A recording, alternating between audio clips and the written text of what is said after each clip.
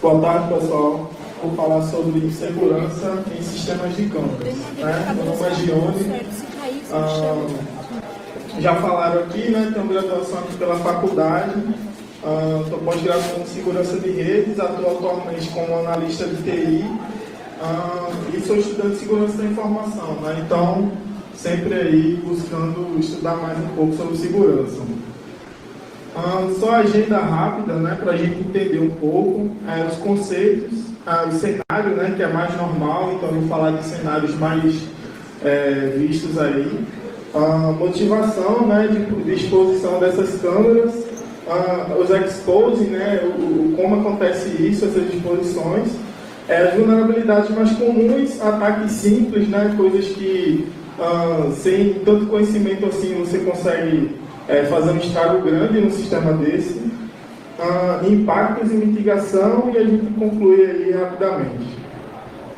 Bom, então o que é a segurança eletrônica basicamente? A gente não vai focar entrando nisso, mas é um conjunto de dispositivos que tem o objetivo de manter a integridade e segurança das pessoas. E aí eu falo segurança física, né? Integridade física da pessoa.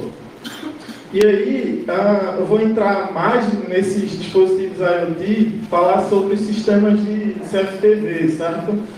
Que é onde a gente vai trabalhar em cima deles. E onde é que eles estão? Estão em residências, empresas, faculdades. Então, quando você entrou aqui, várias câmeras lhe filmaram, por exemplo. Provavelmente alguém tem câmera em casa, no escritório, enfim. Posicionamento estratégico ou não, então existe um problema nessa área, que é o posicionamento dessas câmeras. Então, ao invés de elas ajudar, elas terminam prejudicando um certo ambiente. O acesso remoto, né? Então hoje essas câmeras estão na internet, né? E elas podem estar lá ou não. Então a gente vai ver qual é o problema disso também. Quais são as importâncias, né? Rapidamente, são a identificação, então a resolução de crimes. Hoje, sem esses sistemas, a gente deixaria de resolver muitos problemas, né? Então, investigações policiais utilizam muito isso. Em tempo real dos acontecimentos, então empresas que trabalham com coisas críticas utilizam esses sistemas em real time, né? Então, é um sistema importantíssimo e que muitas vezes a TI não tem acesso a esses dispositivos e termina gerando alguns problemas. E a segurança pessoal das pessoas, né? E o que são esses dispositivos? Basicamente, a gente tem aqui DVRs, né? Que aí são gravadores de vídeo, e atualmente tem os NVRs, que são gravadores de rede, né? Então, tem vários outros segmentos, mas eu só coloquei esses aqui que são os mais comuns. E as câmeras IPs e analógicas. Então, essas câmeras e esses dispositivos têm protocolos que rodam o serviço, né? Por exemplo, temos Telnet, uma câmera IP, temos o protocolo RTSP de real time, temos o FTP, enfim. Hoje, esses dispositivos têm tudo isso embarcado. E aí, qual o cenário? O cenário, basicamente, galera, se utiliza muito o DDNS, né? Então, o que é o DDNS? É um DNS dinâmico. As operadoras mudam o IP toda hora, né? Então, quando alguém de fora tenta acessar as câmeras, o DDNS já sabe qual é o IP atualizado e volta para quem solicitou. Então, ou seja, eu sempre vou ter meu último IP, mesmo que a operadora mude, o DDNS vai me dar o último IP que eu tenho lá. E aí, só para ter uma ideia aqui, em HTTP request seria, por exemplo, o meu IP que eu estou naquele momento. E aqui embaixo, no HTTP ProdSec, seria o meu DNS. Então, não só câmeras utilizam isso, roteadores, enfim, muita gente utiliza para outras coisas, para acessarem remotamente. E aqui tem por exemplo, 3 câmeras, então eu faço direcionamento aqui no roteador, ou no firewall em si, e aí eu consigo acessar de fora, só passando a porta, que é ali a câmera que eu coloquei lá, por exemplo. E aí, qual a motivação disso tudo? Basicamente, eu analisando algumas coisas, esses dispositivos são mais invadidos para ser utilizados em botnets. Né? A gente vai ver por que a intenção desses hackers para invadir esses sistemas e usar ele em botnets. Extorsão, então, uma invasão do sistema desse pode prejudicar uma pessoa, né? Dependendo da imagem que foi capturada. Diversão, né? Então tem gente que só está brincando com coisa séria. Crimes financeiros, espionagem industrial, então uma coisa muito séria nessa área, quando alguém tem a posse desse sistema. E desativação da destruição de imagens. Então, uma pessoa quando invade um sistema desse, pode remover as imagens por uma questão de um crime que aconteceu, ou mudou algum parâmetro do sistema para não gravar mais, e entre outras coisas. Né? Só uns exemplos aqui. E aí, no dia 21 de outubro do ano passado, teve um dos maiores ataques aos servidores de DNS que pararam muitos serviços. Né? Basicamente, como essas câmeras de DVR são dispositivos IoT, eles também tiveram um grande impacto na derrubada desses serviços aí de uma parte da internet.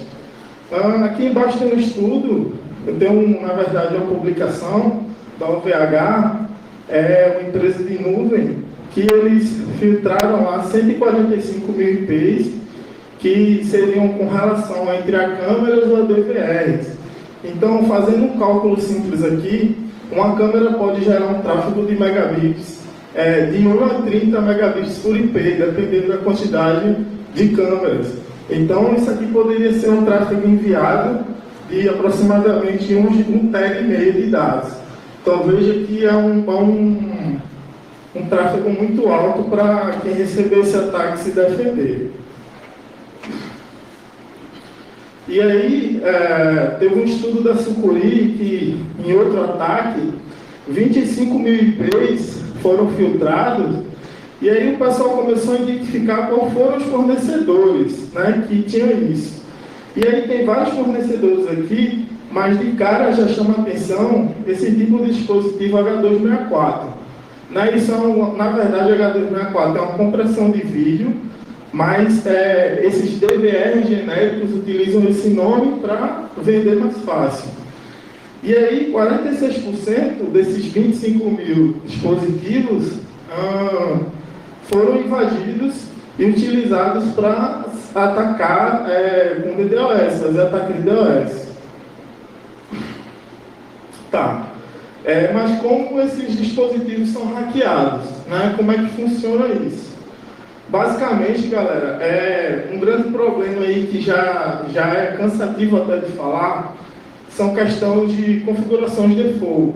Né? Então, por exemplo, eu vou mostrar aqui um malware que basicamente ele vai ficar testando isso, configurações de default, né?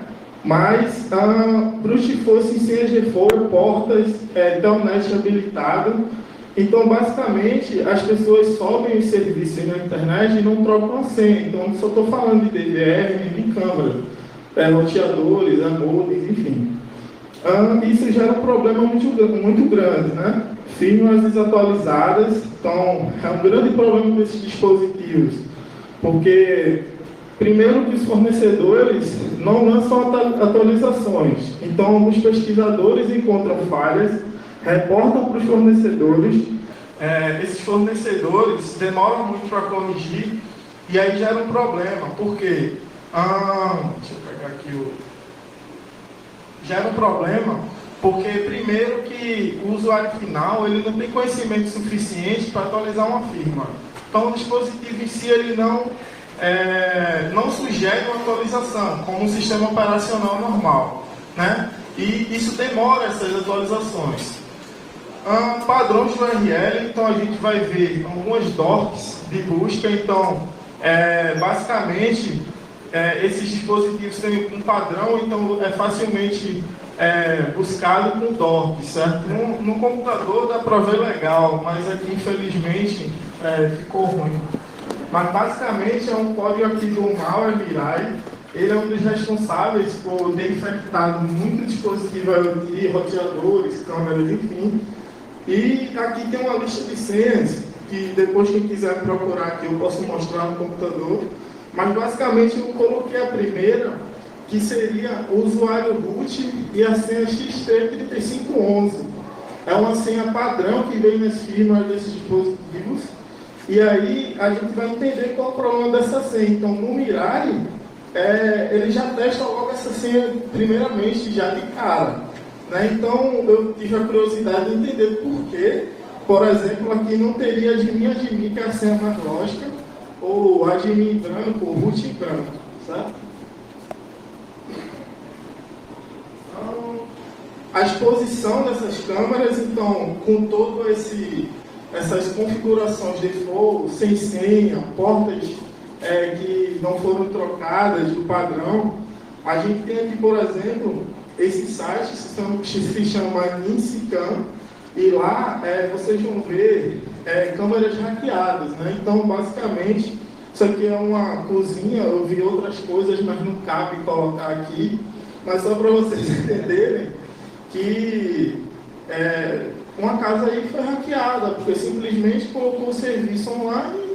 Os técnicos, infelizmente, da área de segurança eletrônica não tem o conhecimento suficiente, o cara não sabe nem o que é um FTP, não sabe nem o que é uma porta, e hoje, com essas configurações, só colocar o cabo de rede já está online, termina deixando isso até mais vulnerável. E aí, tem uma URL ali, né, que estou acessando via browser, mas pode ser pelo aplicativo também, é só você achar um aplicativo compatível. Isso aqui é uma sala de uma empresa aqui do Recife. Né? Então, filtrando aqui nesse site, tem uma empresa que vende dispositivos IoT que está com as câmeras dela hackeadas.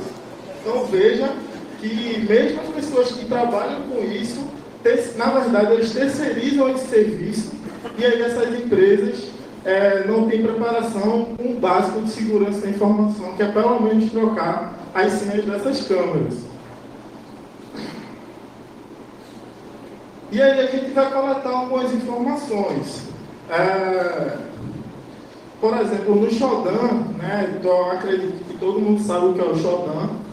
Basicamente o Shodan tem informações de IPs do mundo, então hackers utilizam logo o Shodan de cara quando tem o IP para fazer um teste. Outras docs, então se você quiser DVRs, por exemplo, que tem o telnet habilitado, é muito simples. É só colocar no Shodan, passando a porta, e o país, por exemplo, a cidade ou a posição geográfica, enfim. O Shodan você consegue filtrar até por posição geográfica. Então, para vocês verem que é simples achar essas câmeras só com busca, sem utilizar exploit, sem nada. Por exemplo, uma muito perigosa aqui essa URL aqui, html.write.cgi. Essas câmeras, elas têm uma vulnerabilidade, assim, que mesmo que atualizem, não tem como fazer, porque tem um bypass no URL. Eu vou mostrar o problema disso aqui. Então, isso aqui são só exemplos. No Google, você pode usar um entitle, e, por exemplo, esse doc/page/login são DVRs, por exemplo, da Hackvision, DVR top no mercado, que você consegue filtrar só ele e ver versões mais vulneráveis. Eu vou deixar uma lista aqui para vocês verem. E aí vem as vulnerabilidades. Então, quais são as mais comuns nesses dispositivos? Primeiro, bypass no URL. Então, basicamente, esses dispositivos, quando você loga, ele muda o URL como se fosse um site normal, porque eles usam o web server também. Só que quando você muda o URL depois de logar, eu fui testando alguns, e ele consegue bypassear mesmo sem estar autenticado. Então, quer dizer, só tendo parâmetro já depois que eu loguei, eu utilizo sem logar no admin. Se fosse, que esse aí é o top, né, vamos dizer assim, está no top, está no primeiro lugar, que é atacar os serviços de Telnet e RTSP. Então, o Telnet, nesses dispositivos, não vai ser bloqueado em muitos, principalmente hoje de 2015 para trás. Então, você vai conseguir fazer força bruta usando o word list ou coisa do tipo, sem problema nenhum, porque o sistema não vai bloquear a quantidade de tentativas que vocês fizerem. Então, isso é um problema muito sério nesses dispositivos, porque os fornecedores não bloqueiam esse tipo de ataque. E aí tem Buffer Overflow, XSS, tem uma do XSS, por exemplo, no DVR da Hackvision, que os caras desenvolveram um exploit, e aí você consegue explorar, se o cara estiver logado lá, na verdade é CRSF, do XSS, e você consegue logar no sistema já se o cara estiver logado. Então, através de um link enviado para o cara, e aí você consegue executar, passando a URL lá, um comando de resetar a senha, por exemplo, depois que o cara estiver logado. Então, existem várias vulnerabilidades. E a pior de todas é a senha fixada do Telnet. Então, como não deu para ver aqui, mas eu vou deixar a XC3511, a senha que fica nesses dispositivos, essa senha está fixa no firmware e não tem como o usuário alterar, nem pela interface gráfica, primeiramente que não está na interface gráfica do Telnet para você desabilitar, e nem trocar essa senha. A gente vai entender por quê. E aqui tem alguns ataques mais simples, né? Como, por exemplo, a captura de dados na rede interna, por exemplo. Então, esses dispositivos não usam HTTPS. Eu acho que isso é uma evolução daqui para frente. Deveria ter pelo menos um sistema de login lá, para você logar em HTTPS, mas não tem. Então, eu fiz um teste na rede interna. Veja que aqui tem o endereço .ddns.luxvision. Então, assim, eu estou acessando a internet mesmo e botei para capturar esse pacote na rede. Então, como é HTTP, o passa em texto claro. Então, aqui no canto, está ali embaixo, porque está um pouco ruim. Então, username, admin e peço, por exemplo, outro que eu fiz.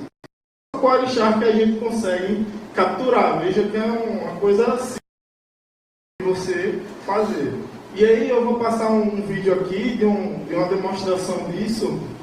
Teve um problema aqui, eu não trouxe adaptador, mas eu vou rodar o vídeo fora do PPT mesmo. Então eu vou escanear aqui, galera, o IP, certo? Eu estou usando o Nmap, um scanner que veja que não estou passando parâmetro nenhum de busca específica nem nada.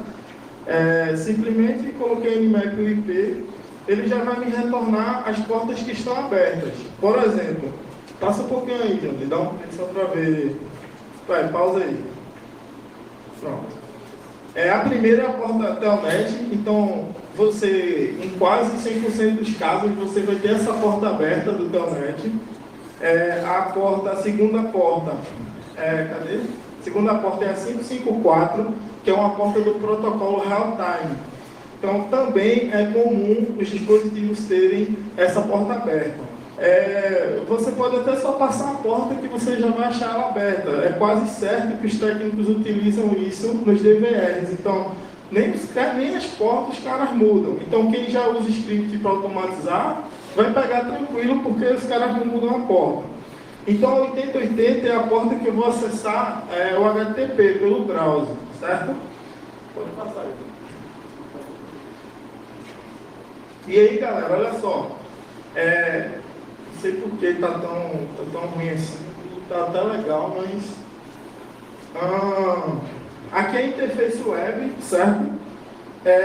Para você logar no sistema de câmeras, então aqui eu tenho o HTTP e o IP na porta 8080, como a gente viu no scanner, certo? Então ele podia ser o DNS, mas eu quis fazer uma rede interna para não ter que estar invadindo o sistema de ninguém, então preferi fazer na minha rede interna. E aí, galera, olha só. Eu cadastrei uma senha aqui utilizando o RoadSec 2017. Então, veja, eu tenho no DVR a senha do administrador como RoadSec 2017. Pode passar aí. E aí, essa aqui é a interface de muitos desses dispositivos. Então, basicamente é isso. E aí, pode deixar aí, pode deixar. E aí, galera, logando nas câmeras, eu só coloquei uma para vocês verem. Lógico que eu não precisava botar as 16 câmeras ou 8. Eu estou dentro do sistema aqui normal. Até agora não aconteceu nada. Loguei na minha senha lá, certo? De administrador. E aí, tem os serviços na interface gráfica. E percebam que não dá para ver. Mas vocês vão ver lá quando divulgar o slide. Que não tem, pode pausar aí. Não tem o serviço de telnet lá. Então, quer dizer, mesmo vendo que tem o telnet aberto, quando eu faço o scanner com Nmap, lá na interface gráfica eu não tenho como desabilitar o telnet, certo? E aí gera um problema, porque, como eu falei no começo, o Mirai ele já testa, por exemplo, a senha root XC35. Então, esses dispositivos que tem esses dispositivos que são chineses, que usam H264 como nome, a senha padrão já é isso do root, certo? E aí pode passar, tadinho. E aí só resta uma coisa, dar telnet nesse root, certo? Poderia ser de outra forma, poderia ser, por exemplo, passando o word list e tentando na força bruta. Depois eu vou explicar quais são os métodos que se usam. Pronto. Pode pausar aí, gente. Aqui, galera, é o DVR que já estou dentro do root lá, certo? Então, como eu falei no começo, essa senha ela não tem como ser alterada porque está lá, a não ser que você extraia a firma e faça qualquer coisa do tipo, né? Mas, como é uma coisa mais simples, a gente está aqui com o usuário root já. E aí é um sistema mais simples, né? Está rodando aqui embarcado. E aí, dentro do diretório MTD, por exemplo, eu tenho duas pastas, config e a pasta log. Eu dei um cache lá no PyJPD, só para vocês verem que não tem os usuários lá. Não tem os usuários lá. E aí, quando eu entro nesse diretório, eu tenho aqui, por exemplo, Pode deixar passar. Só para vocês verem que eu tenho só o root. Em outros DVRs, o root e o admin estão juntos. Ele tem o mesmo hash, eles têm a mesma senha, né? Nesse caso aqui, desses dispositivos, aqui não tem, né? Então, o root já não tem como alterar essa senha e basicamente a gente vai mexer agora, procurando qual é o arquivo que o DVR se baseia para ver as accounts e as senhas. Então, pode deixar passar. E aí, dentro desse diretório,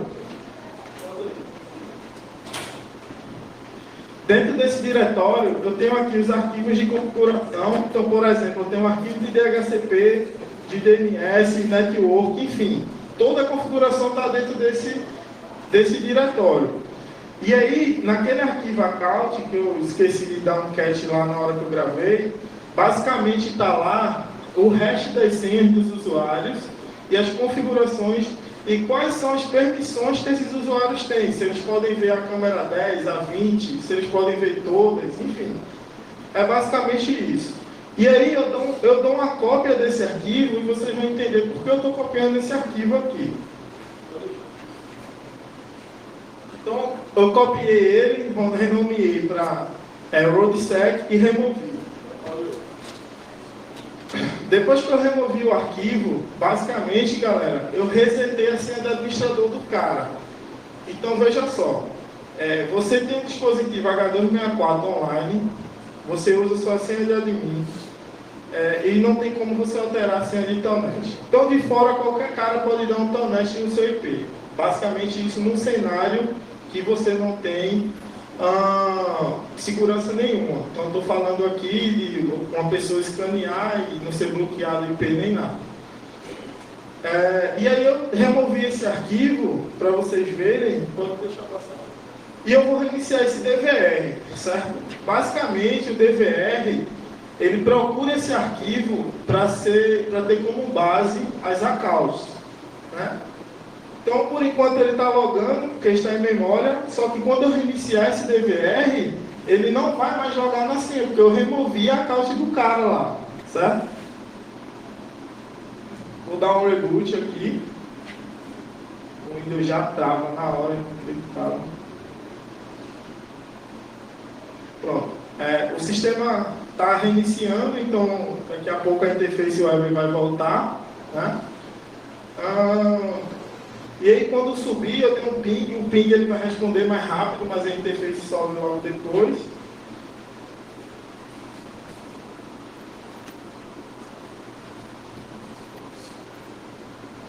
E aí galera, é o seguinte, eu vou tentar logar agora com uma senha que estava, RoadSec 2017, né?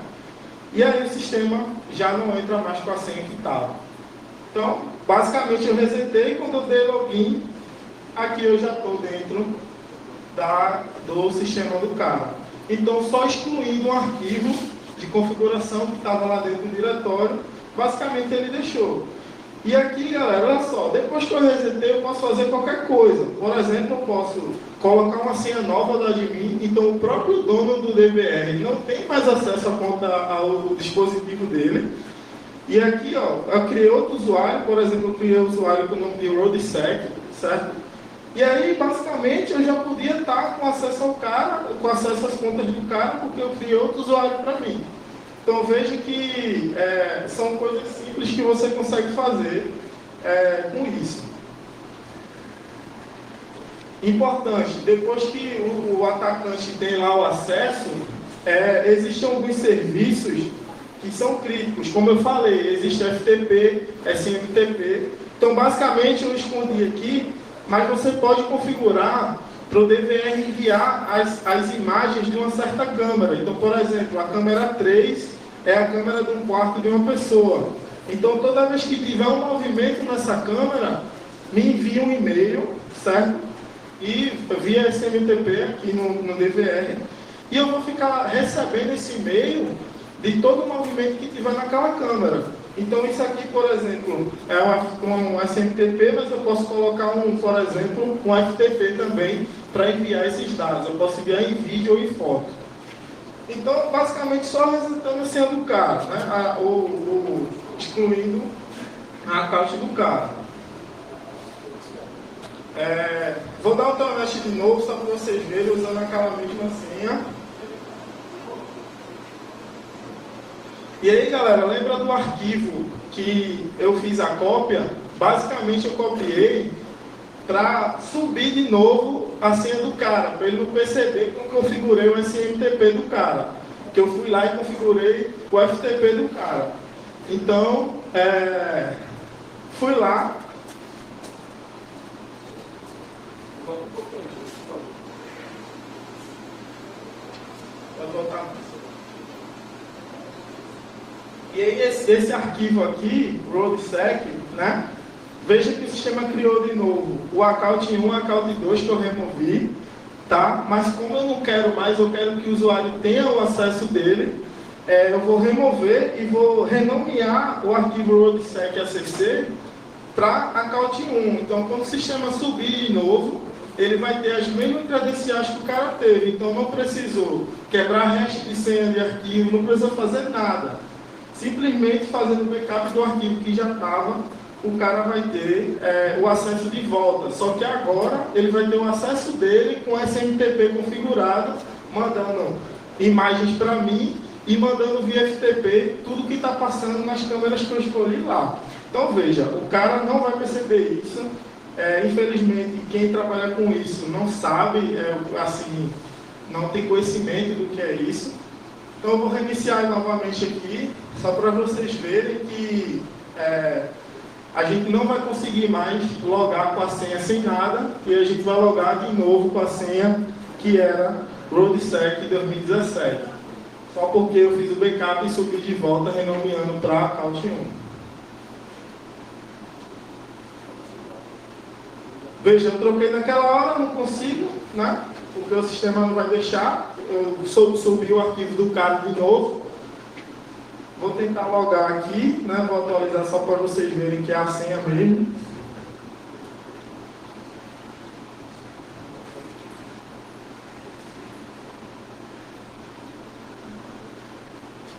E aí, quando eu coloco o ODSEC, dessa vez o cara tem acesso, ele não percebeu que lá em serviços já está o SMTP configurado e o FTP configurado. Então, isso é um problema sério para essa questão do CFTV, certo? Porque as pessoas não olham isso, infelizmente. Pode passar. E aí, pessoal, não só está se limitado a isso. Existem outras falhas, por exemplo, a DARWA, que as empresas brasileiras utilizam esse sistema da DARWA. O pessoal descobriu um backdoor nessas firmas. E aí, galera, desenvolveram um script em Python. Eu deixei a referência no final do slide. Basicamente, você passa o host, e se não for uma porta padrão, você passa R, porta e a porta do cara. E aí ele pega um hash que você pode quebrar, tentar quebrar esse hash. Nesse caso aqui, tem outros que tem hash base64, SRC32, enfim. Vai depender do dispositivo lá que está sendo atacado. Outros, por exemplo, Authentication Bypass dessas câmeras. Então, como eu falei no começo, existe bypass em URL, já tem exploit divulgado. Eu deixei aqui o endereço para vocês verem quais são os exploits, nesse caso aqui. E basicamente eu passo essa URL aqui, CGI, cheio de CGI, certo? Eu boto o IP, a porta, e passo essa URL. E aí, galera, quando eu passar o URL lá, veja que ele me retorna as senhas do cara, sem basicamente eu ter feito nada. Então eu passei aquela URL que eu falei para vocês, ele me retornou no banco de dados a senha do cara. Então, quando eu der um submit, eu já vi, basicamente, eu estou dentro do sistema do cara, certo? E aí, galera, tem outras vulnerabilidades nesses dispositivos. Então, por exemplo, nesse exploit aqui, de remote code, então, quando vocês entrarem no IP de algum DVR desse tipo, se vocês verem essa interface aqui do lado esquerdo, esse cara aqui já está acessível a ser explorado por esses exploits, né? Então, basicamente, já deixei aqui. E quando vocês verem lá nessa URL aqui do exploit, tem mais de 70 fornecedores vulneráveis a remote code, né? Que é basicamente injetar código sem nem estar autenticado no sistema. Por exemplo, passar na URL um reset de senha do admin. Então, ele está vulnerável a esses ataques, esses dispositivos aqui. E aí, quais são os impactos disso? Né? A gente está acostumado a ver exposição de dados como CPF, números e tal, mas imagine aí você sendo exposto a uma câmera sua da sua casa. Né? Imagina aí a sua empresa sendo exposta aí na internet. Né?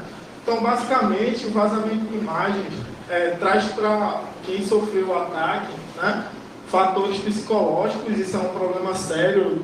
Como eu trabalho, faço alguns projetos de segurança, o pessoal procura a gente porque já aconteceu de pessoas entrarem em depressão porque tiveram imagens vazadas. As intimidades, aí você pergunta, tá, mas por que o cara botou uma câmera na casa dele? Ninguém sabe a necessidade do cara, entendeu? O cara bota a câmera onde ele quiser. O problema é que, infelizmente, esses dispositivos são vulneráveis e as pessoas que trabalham com isso terminam ajudando mais ainda. Problemas financeiros, então, exposição da empresa, e o pior seria as rotinas dos funcionários. Então, imagina uma empresa que tem uma rotina, uma certa rotina, e o hacker está lá, ou sei lá, quem for que vai querendo ver o CFTV, está entendendo tudo o que está acontecendo, simplesmente monitorando a casa do cara e vendo quais são as rotinas da empresa.